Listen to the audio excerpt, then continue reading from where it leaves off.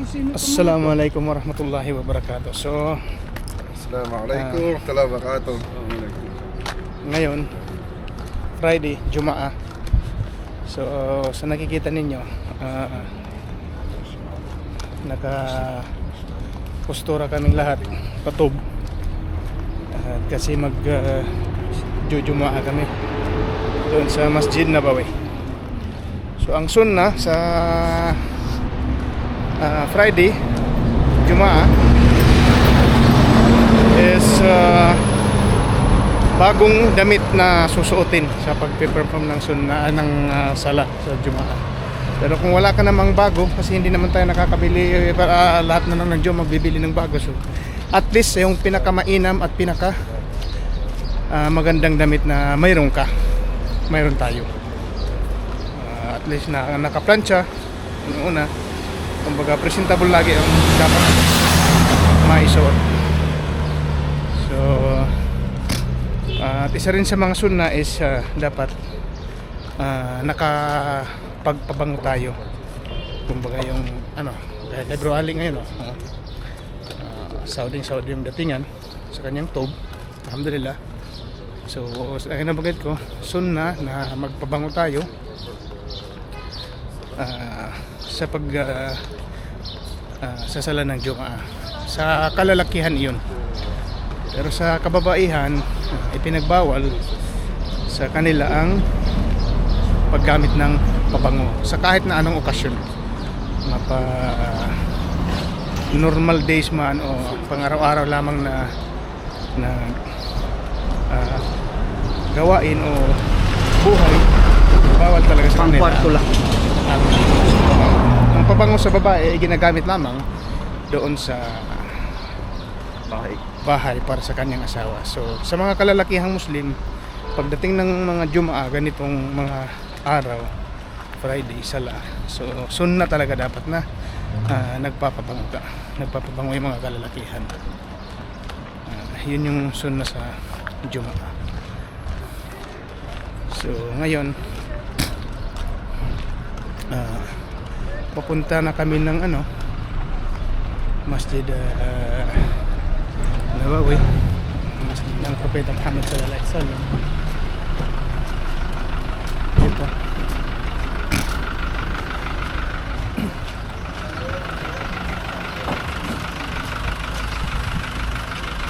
Sumabit pa sa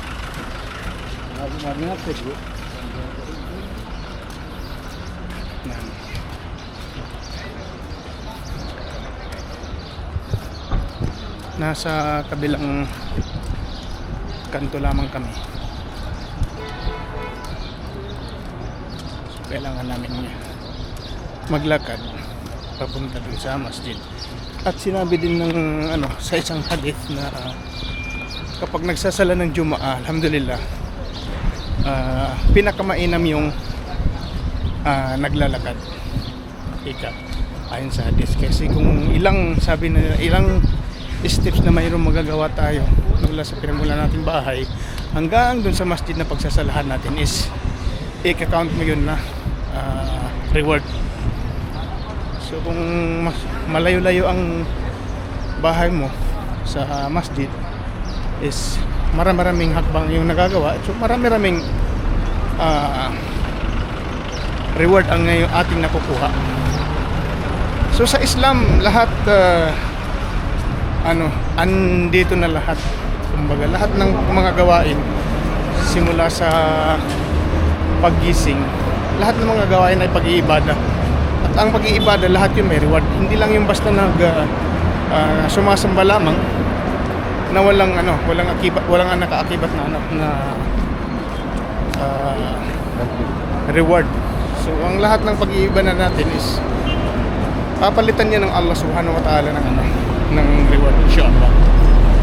Maaaring hindi natin makamit dito sa mundong ito, pero pagdating sa kabilang buhay, inshallah, doon natin aanihin ang mga gawang iibada natin dito sa mundo. Kasi ang mas nakakaalam kung anong nakakabuti sa dunya at saka syempre doon para sa akin. So ang Islam pinaka-kompleto sa lahat ng religion.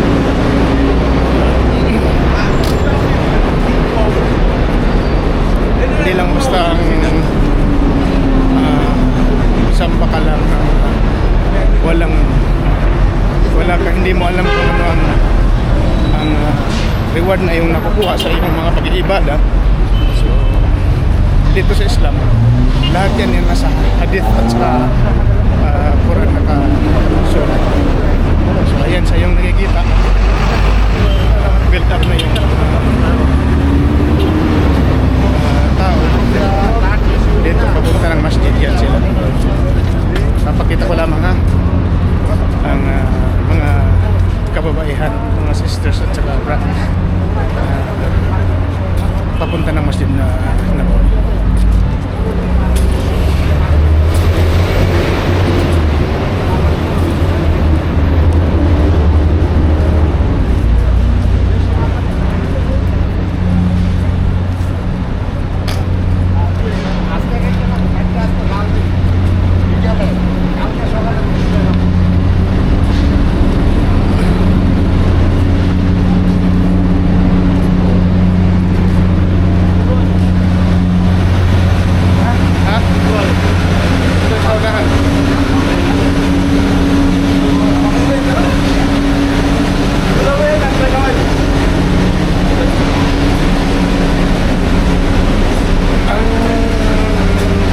Nabawi pala ay nabanggit din ng Propeta Muhammad na sino mang magsasala dito ng sa masjid Nabawi magkakaroon ng reward.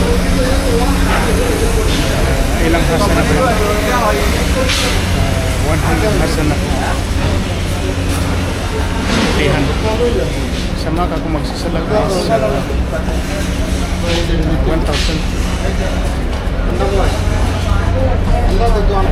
Sure, no? Medyo nakalimutan ko yung turo sa amin ng Ustad. 500 o 100 na sa na yung reward at kung sasala ka dito sa masjid. Now,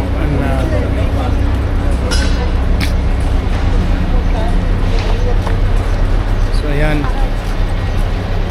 malapit na kami sa masjid Nabawi. Okay, papakita ko yung bunga din, no? Masjid Nabawi para medyo makita niyo talaga yung entrance. Dito sa bandang south ata ito.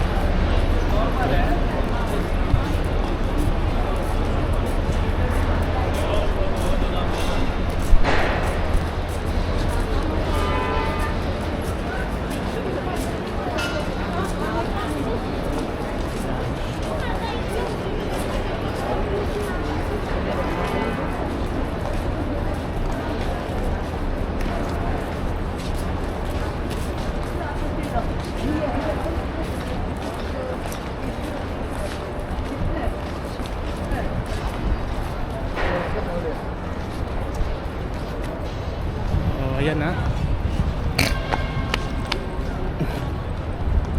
sa yung nakikita yun yung masjid ng Propeta Muhammad sallallahu alaihi wasallam. Malapit na tayo. So anong umaga sinubukan naming mag-record dito ng ng video sa loob mismo ng vicinity ng masjid, sa loob mismo ng bakod niya. Eh, sabi ng guard mamno o bawal daw. So hanggang dito lang tayo sa area na ito na makapag-record siguro. Kaya ipapakitan lang natin yung bali kabuuan ng paligid ng masjid. Kasi pag nasa loob na, i-off na natin yung camera para hindi tayo masita. Dito sa extension ng ng pagsasalahan dito sa balbas, pwede pa. Pero pag pasok doon sa may bakod na, pinagbabawal na. So yan.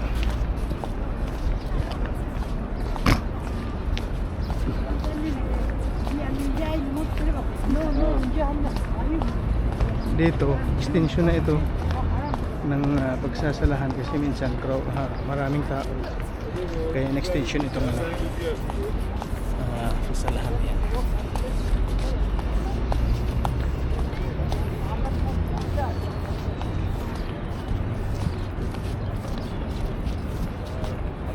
So ngayon inshallah makapasok pa tayo dun sa loob ng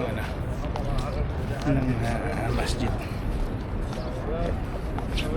Maaga pa. Alhamdulillah.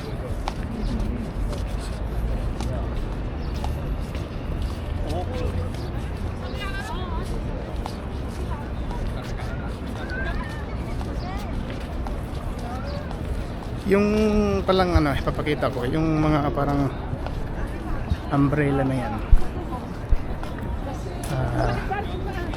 sa loob ng bakod ay yan kumbaga pag mainit ganyan pinapabuka nila. Pag medyo gabi na nagiging parang poste na lang yan siya. Yan yung niya sa na yan, umbrella na yan. Sala namin sa Jumaa, Duhur, sermon, kumbaga labasan sa Masjid Nabawi. Alhamdulillah nakapasok kami sa loob ng haram. So ito free, baka tayo ng free tubig.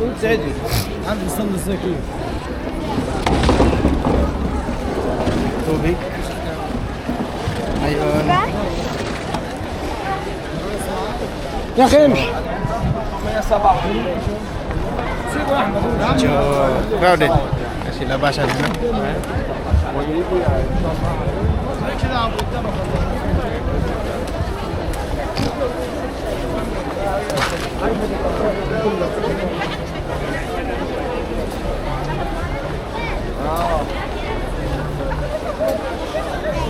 طلعت على الشمالية اللي هو عن الحمد لله طلعت على الشمال.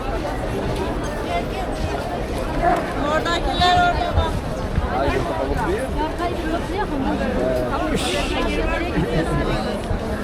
ماشي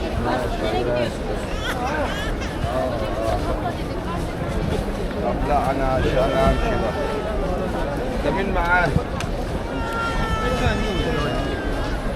انا كنا قاعدين نتمشى سوا بس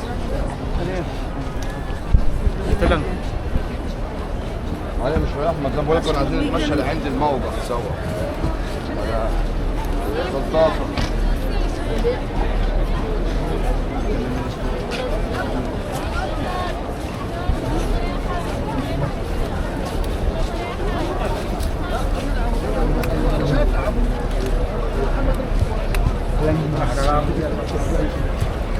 Yeah. Assalamualaikum. So, uwi na.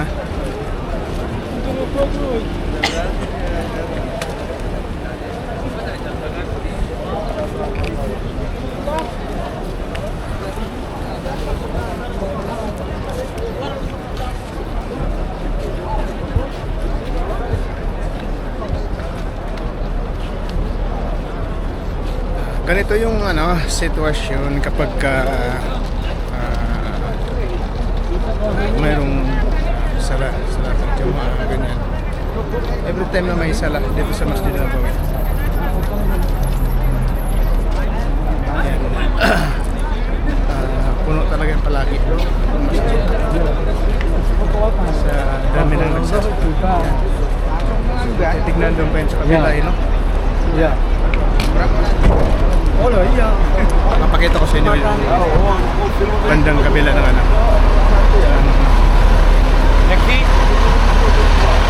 daan. So, dito kami kasi sa parting north. So, yung din sa kabila. Parang doon tayo, no?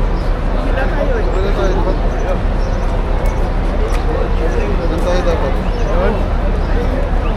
Saan tayo tatawid? Meron mo tayo na siguro dito. Yung tulay na yan. Pupunta na tayo sa may Sakpo.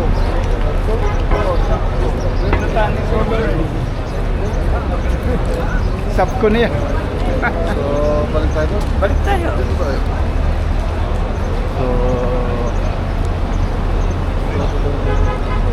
Sap ko na yan. Oh, pati nandamay pa tayo. Pati sila babalik. Siyempre nagkamali din yan. Oo na nga kayo.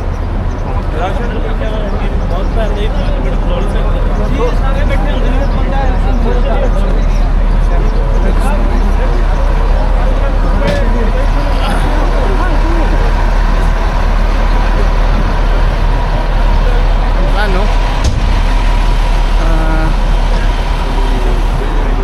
Yan. So, tignan nyo lamang po ang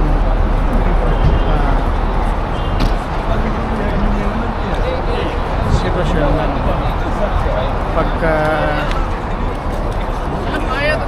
lalabasan ng pagkatapos ng sala.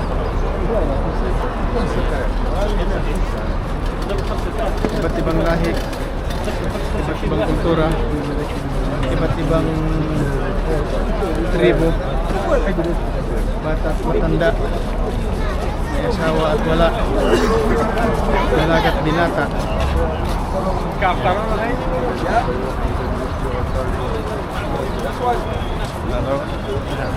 Nagsasama-sama sa isang layunin ng pagsasala. So, hindi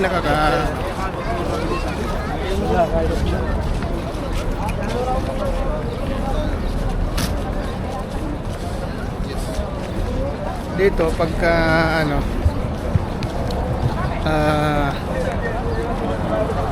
sasala ka, sacrifice lang talaga kasi siyempre pagod ka, malayo yung biyahe, kulang sa tulog, pero sulit naman talaga palagi.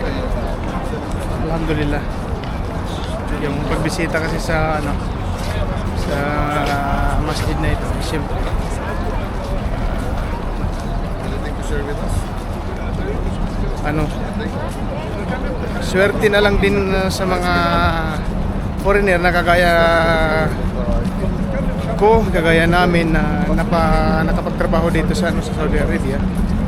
Kasi kumbaga hindi na mahirap sa part din ng west, ano, kasi sa part din ng east saka center medyo malayo na ito eh. Yung Makkah, itong Medina medyo malayo na din, so kailangan din ng oras talaga. So swerte rin kami sa amin kasi hindi masyadong malayo sa amin. Bibiyahe lang ng ilang oras, so nakakarating kami kagad dito. Alam naman natin na ang masjid na ito ay isa sa mga binanggit ng Propeta Muhammad na pwedeng mabisita. Unang-una, yung Masjid al-Haram sa Makkah. Pangalawa, itong Masjid al-Nabawi sa Medina. At saka yung pangatlo, yung Masjid al-Aqsa sa Palestine. So sa bawat masjid na ito ay kapag naibisita natin at nakapagsala tayo sa masjid na mga ito na nabanggit ng Propeta Muhammad sallallahu alaihi wasallam, ay nagkakaroon tayo ng hasana o reward baga.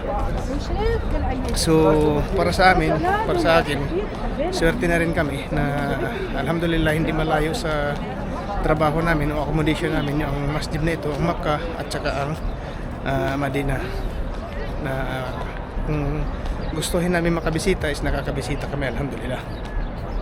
So samantalang kasi ang mga masjid ito sa halos sa lahat ng kamusliman no, pinapangarap talaga na ang mga halos ng lahat ng kamusliman na ang Masjid ng Haram sa Makkah at saka itong Medina is masilayan man lang o kaya mabisita man lang ng kahit na isang segundo.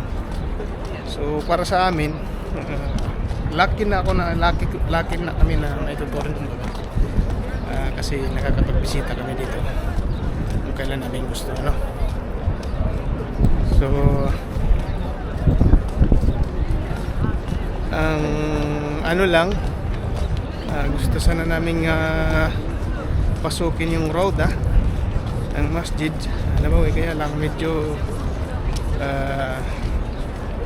madaming tao. Tsaka pinagbawal din yung pagkuha ng mga video sa loob. So kahit na pumasok tayo doon, puno natin yung Rauda is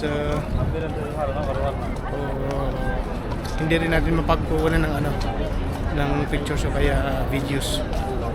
Wala din. Tsaka pag pumasok ka doon talagang ano, siksikan doon sa Rauda na yun. Kaya ano na lang. So lahat naman siguro ng mga Muslims, alam natin kung ano yung Rauda. Tsaka yung ano, dati kasi nung hindi pa masyadong wala pang masyadong mga foreign ba. Nung mga unang bisita ko rito is nakakapasok kami dun sa Rauda. Hindi pa pinagbawal yung pag-video. Tsaka yung ano, libingan ng himlayan ng propeta at tsaka ng kanyang companion na dalawa na pagpapabisita. Kaya lang ngayon, sa dami ng ano kasi, masyado ng madami ang tao, crowded na. Nahirapan na tayo makapasok doon. So, hindi natin pasukin pa ang lugar na iyon. Nasa loob lang din yun ng Masjid Nabawi. Kung makikita mo yung mayroong dome na green doon, doon iyon. Assalamualaikum. Naka-himlay. So ayan. Papakita ko ulit bago magtapos ang ating video. Ayan, ha? Ikot siya ng ano ko. Ikot ng ano yun. Okay. So, dito na kami sa highway, kalsada. So, dito na lamang. Sana'y patuloy yung panoorin ng ating mga videos. Kung saan dako man tayo abutin ng at patparin ng ating mga paa dito sa Kingdom. So wag sumuporta sa panonood ng ating mga video. So, hanggang dito na lamang. Assalamualaikum.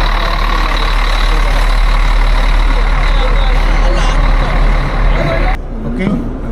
Assalamualaikum warahmatullahi wabarakatuh. Assalamualaikum warahmatullahi wabarakatuh. So, ayan. Katatapos lang namin sala ng Asar. At napagdesisyon na namin na nandito na rin kami. So, susulitin na natin ang Search mo, masjid ko ba? Masjid 7 Mosque. ang oras at saka panahon na nandito kami kasi bibihira lang din nakakapunta. So sayang din, mayroon tayong nagbayad na tayo ng arkila ng sasakyan.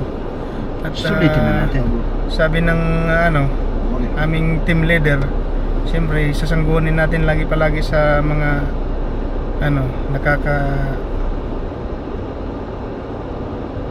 nakakapagdesisyon ng maayos. Sabi ni Bro Ali, so punta tayo ng 7 Mosque.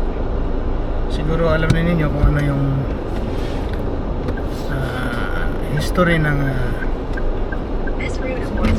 7 Mosque na ito, Tara. Let's go.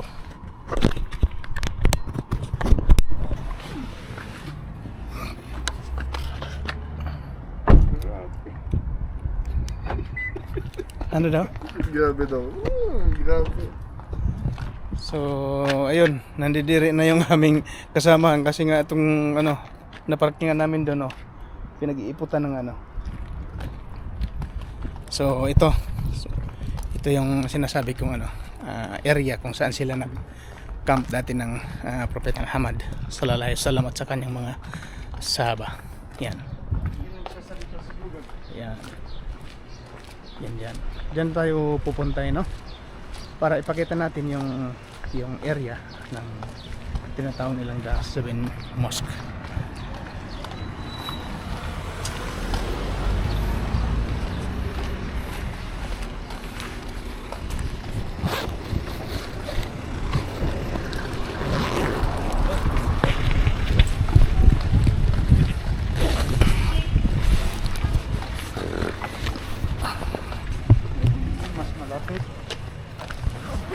Ang lupit mo, ayaw ko sanang maniwala, kaya lang ang lupit mo talaga. Isa ka talagang alamat. Ngayon, ano na ako? Biswas na talaga ako, biswas. हाँ वालेकुम सलाम ब्रदर कितना है जी एक गाड़ी की सेम है हाँ वाहिद कितना Siapay ko rin? हाँ कलेश बाहर से Siya rin. असर है मुश्किल नहीं है नहीं दिखेगा Ganyan mo na.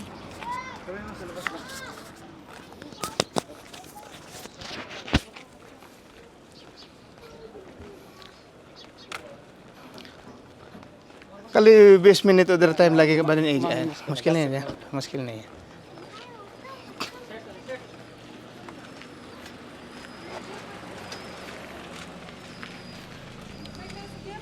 So nakikita kami ng brother natin na maglilinis ng ating sasakyan. He is from Bangladesh, right? Ji? Bangladesh. Bangladesh. Very good guy. Palinisan natin kasi madumi na.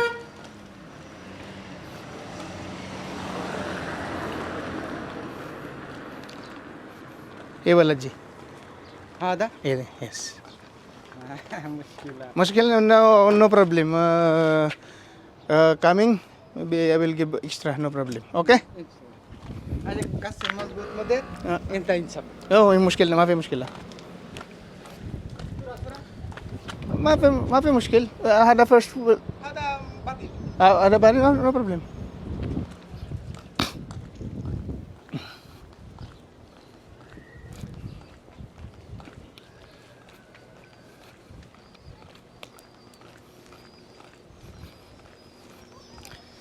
So, sabi niya, 10 real lang. Pero sa sitwasyon kaya ng ating sasakyan, medyo nakakahiya magbigay ng 10 real. Kaya sabi niya, bilinisan ko. So pagkatapos ikaw nang bahala. Kasi medyo daw medyo may kadumihan.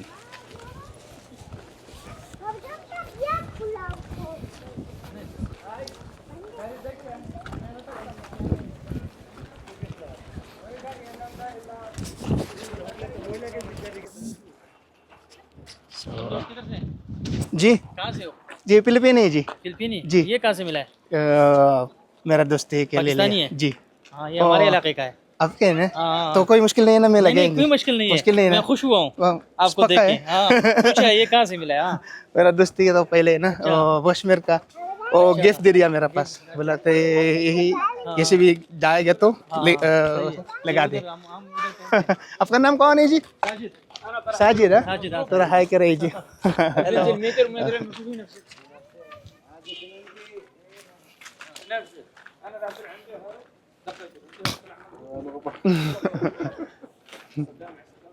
Nag-overheat daw. Bakit yung nag-ano? Nag- Bigla na ng battery kanina kung nasa bulsa siguro.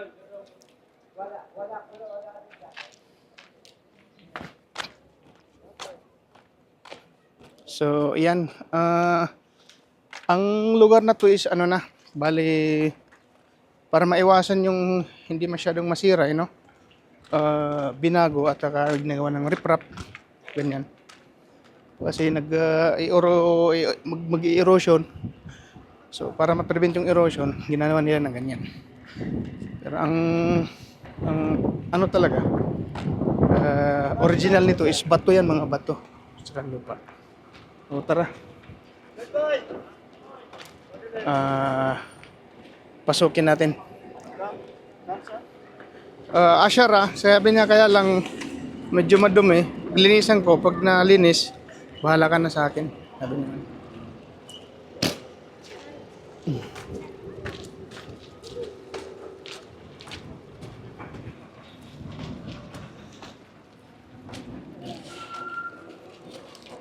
So, yan. The entrance.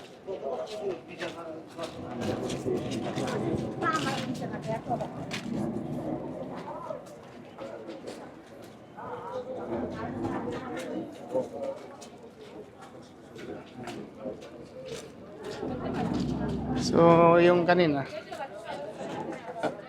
isang brother, taga Pakistan. O, tinanong niya ako kasi nga nagsuot tayo nitong cup. Sabi niya kung hinindi niya ako diretso. Kung tanong siya kung taga saan daw ako. Sinabi ko, Filipino siya. Na-shock siya kasi, so yan. Okay. So ito.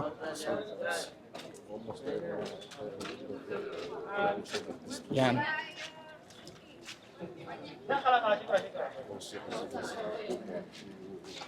Yan. So bilangin natin. May tago-tago tayo kasi may pulis dito. Baka masita. Ha?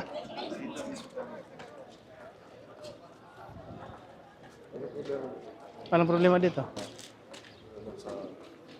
Doon lang sa haram. Sila muna tayo sa sa loob.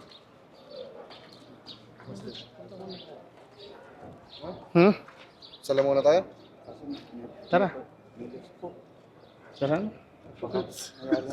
Po, may lies po daw eh. Okay, iba-iwalay na tayo. Hiwalay na. Sige. Tara.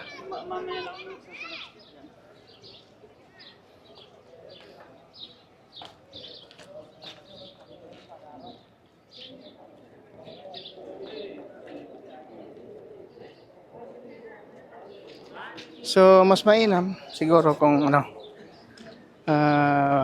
bago tayong bisita sa lugar, mas mainam na magano. Bumati muna tayo ng ano, Salatul Masjid baga. Salamat na tayo bago natin ipagpatuloy yung ating ano, pag-visit. Okay. See you soon. Babalik tayo, no? Salamat na tayo. Yan. Balik tayo. So ito sila kabilang sa mga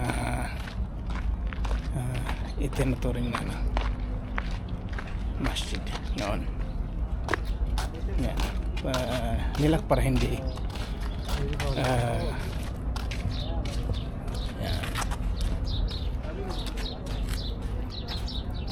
Para hindi mapasok isa.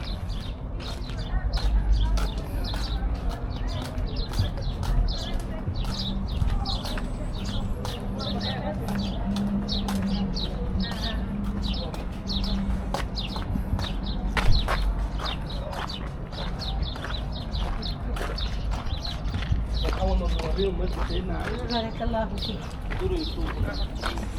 So, palabas na nun. Dito pala. صديق Yes.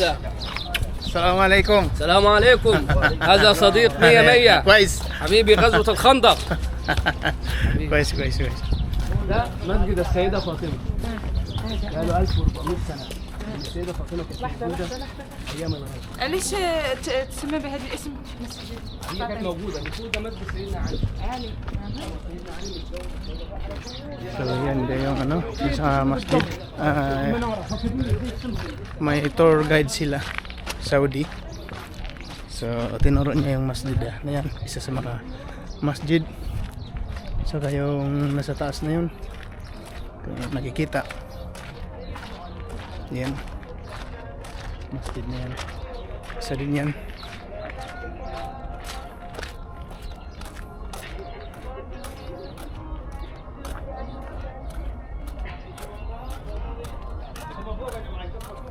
Ayan, masjid. Ito.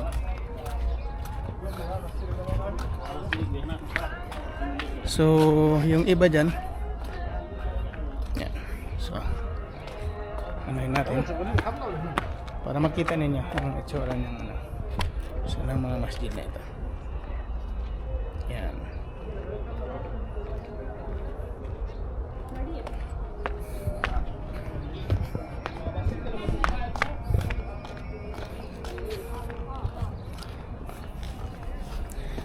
So may ano, bali ano ba, wala na ang ginawang renovation, kung ano na lang yung ano, siguro yung iba lang ano, pero yung isa kanina hindi na nila ni-renovate. Askeri bölgede Mustafa amca. Onu biliyorsun. Hinayaan na lang na ganun ano, as is na lang yung ano, kung ano yung itsura niya. So 1400 years ago na naman na ang nakakaraan. So ano na talaga siya, kumbaga mayroon ng ano, severe deteriorated na yung iba parts ng ano. Tsaka hindi naman kasi talagang yung ginawang ano masjid yan sila na talagang masjid na buo lang itong mga ganitong masjid dito na magkakano yan sila, maglinya, straight line yan sila doon na dito. Yan, may renovation kasi yan doon, kanya-kanyang masjid baga.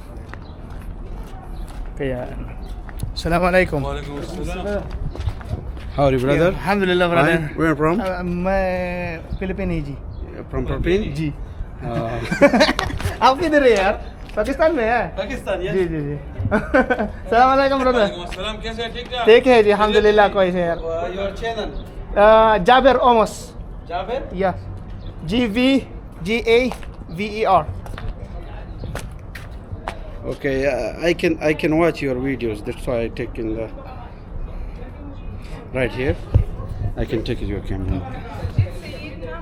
We are searching the Jawar Umar's channel, so we can watch our video as easily.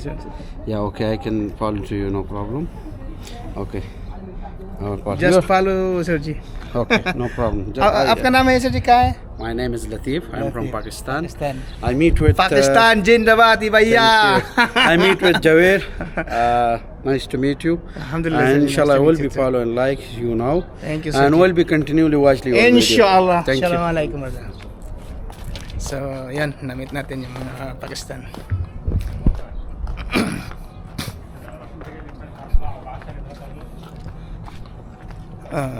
Ganun ka ano, generous yung mga Pakistani brother. Talagang ano, mabibilib ka sa kanila. Mayroon talagang ano, approachable sila. Mayroon din namang ano, medyo masungit kagaya din ng mga Pilipino baga.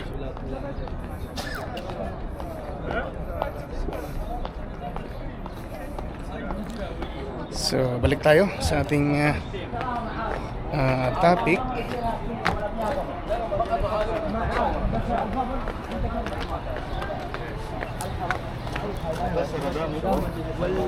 Balik tayo sa ating topic. Dalawang masjid na, ano?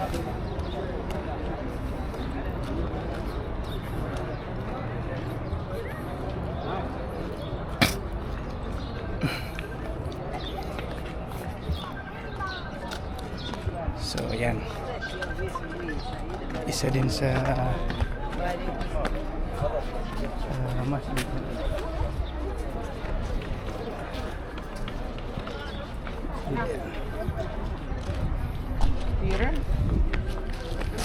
So papakita natin yung ano, imahe ng mga ginawa nilang masjid dati.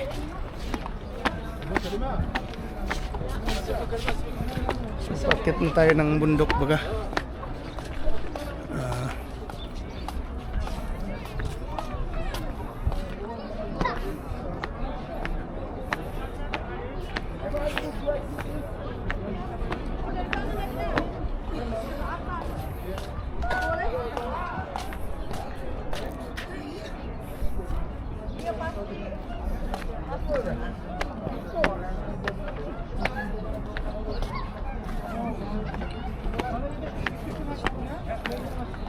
So sabay-bayan nyo lang yung ano, ating pag lilibot dito sa Madina yan. So, yan. Siyempre ito yung pinaka tok-tok ng area. Mayroon din isang masjid dito. Yan. Putranya.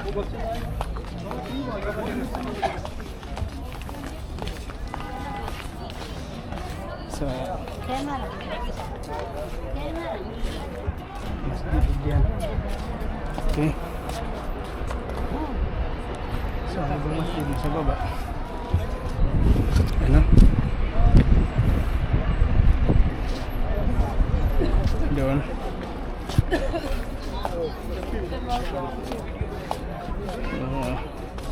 Nagsala sila sa atin, tapos na tayo magsala doon sa masjid kanina. Tahiyatul masjid lang. Yan.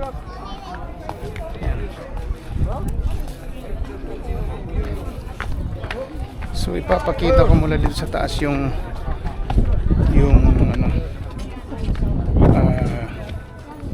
buong area ng ano na to, ng civil masjids na ito na pinagkutahan nila ito. Ito yun. Wala dito sa taas, itong pinakahuling masjid na ito. Ano? Tapos bababa yan, masjid. Ayun. Masjid dun sa kabila, sa corner. Tapos masjid dun sa corner. Dun ito yung ano, kabuo ang ano, imahe ng ano, kung saan sila nagpunta dati. Yan. Para mag-view ninyo lahat yung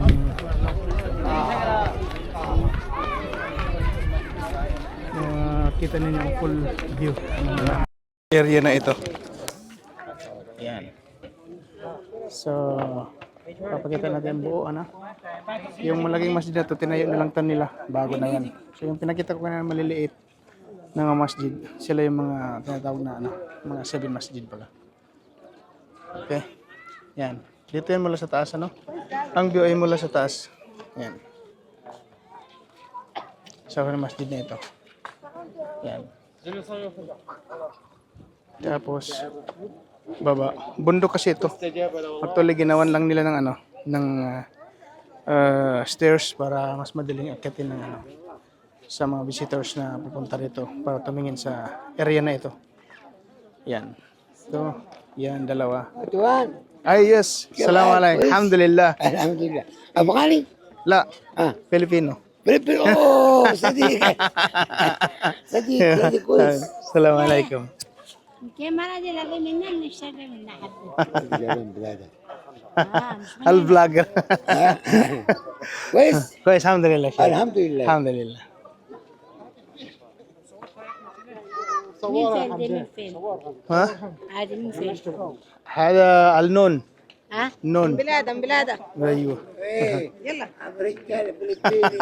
امريكا ما تتكلمش عربي امريكا الفلبيني. Philippine.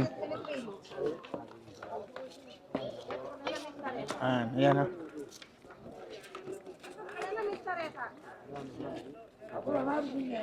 Ayan. So, ayan. Naipakita ko naman lahat sa inyo halos ang civil masjid. So, hanggang dito na lamang. At saka ano, sana'y nagkaroon kayo ng ano, ng konting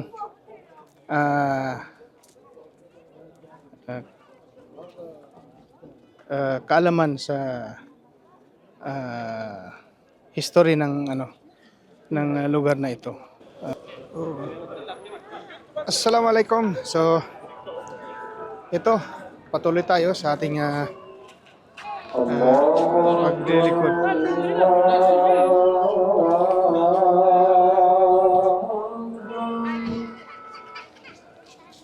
Adhan pa.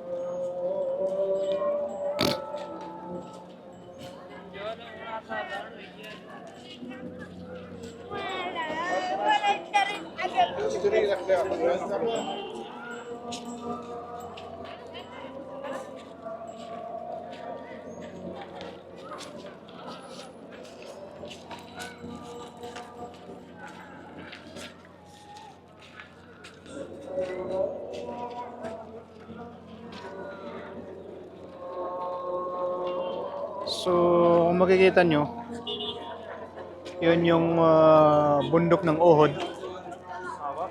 Kilala. So, narito to ngayon sa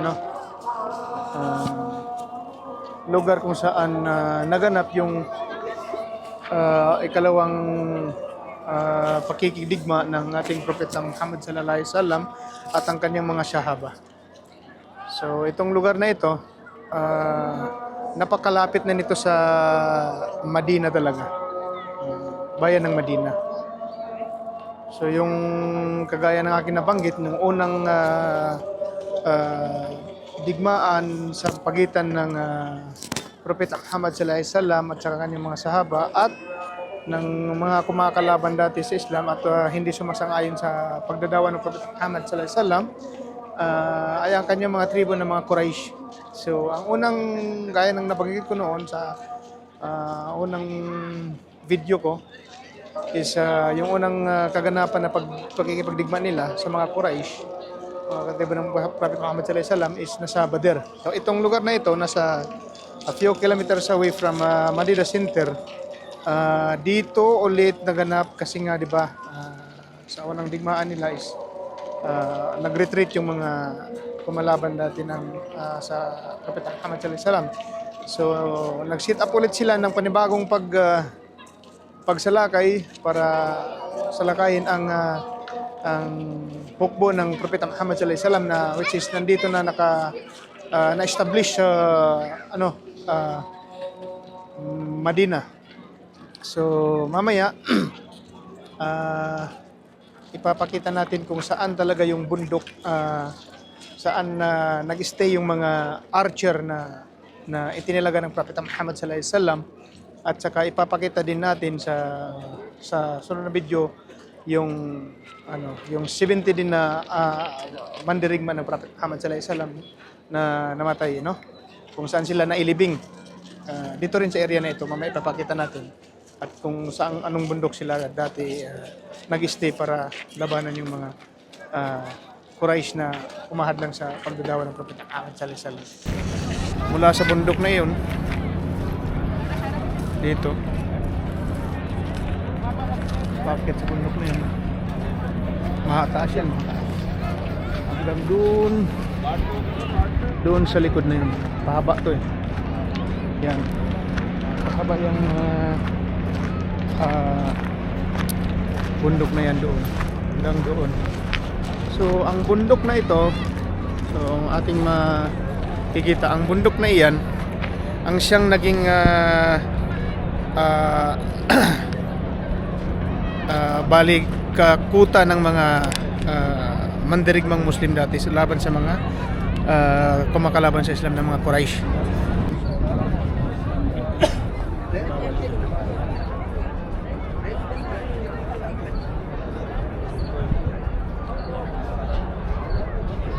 Yan sila, mga 70 na shahid.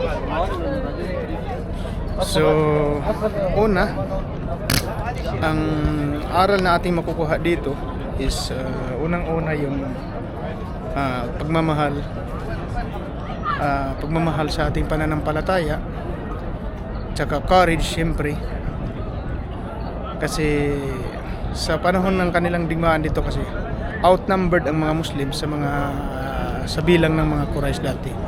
Kumbaga mas marami ang mga Quraysh kaysa sa mga mananampalatayang Muslim. Ngunit sa kanilang paniniwala at gabay ng Allah subhanahu wa ta'ala sa kanila is naipanalo nila ang laban na ito. Siyempre dahil lang sa kanilang malakas na pananampalataya, siyempre kasama nila ang Prophet Muhammad sallallahu alaihi wasallam, kaya napanalo na nila ang labanan ito dito. Pangalawa, ang aral na makukuha natin dito is yung pakikinig sa alim o pakikinig sa ating leader. Kagaya ng sinabi ko kanina na ang instruction ng Propeta Muhammad sallallahu alaihi wasallam sa isa sa kanyang leader, sa mga archer na kanyang tinalaga doon sa bundok na iyon, na kahit na anong mangyari at kahit na ano pang kahihinat na ng labanan, ay wag na wag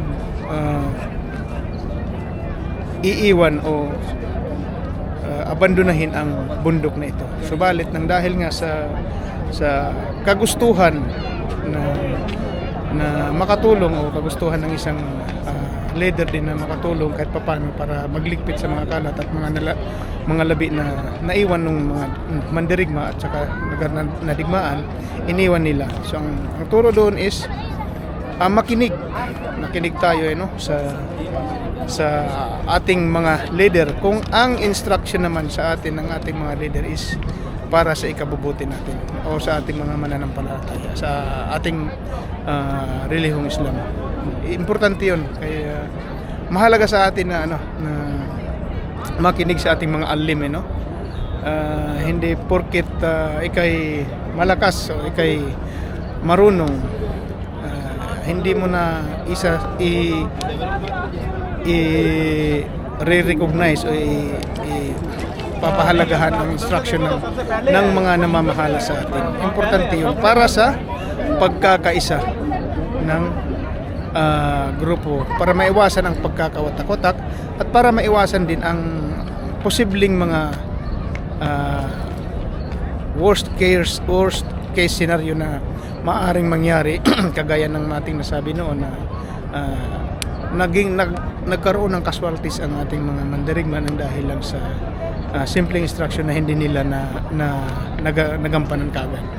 Kagaya ng ating sinabi, mahalaga ang pagkikinig sa ating mga alim. Basta't ito'y nagtuturo at nag-uutos para sa ikabubuti ng ating kapakanan, ikabubuti ng ating pananampalataya, ikabubuti ng relihiyong Islam. So sundin natin ang ating mga leader. So sana'y sa konting pagpapaliwanag ko na ito, at kung mayroon man akong nasabing mga lapses o mga kamalian, so sana'y ipagpatawad natin at ipagpatawad ng Allah subhanahu wa ta'ala, at handa po tayo sa magiging anumang reaction at saka correction ninyo. So hanggang dito na lamang. Assalamualaikum warahmatullahi wabarakatuh.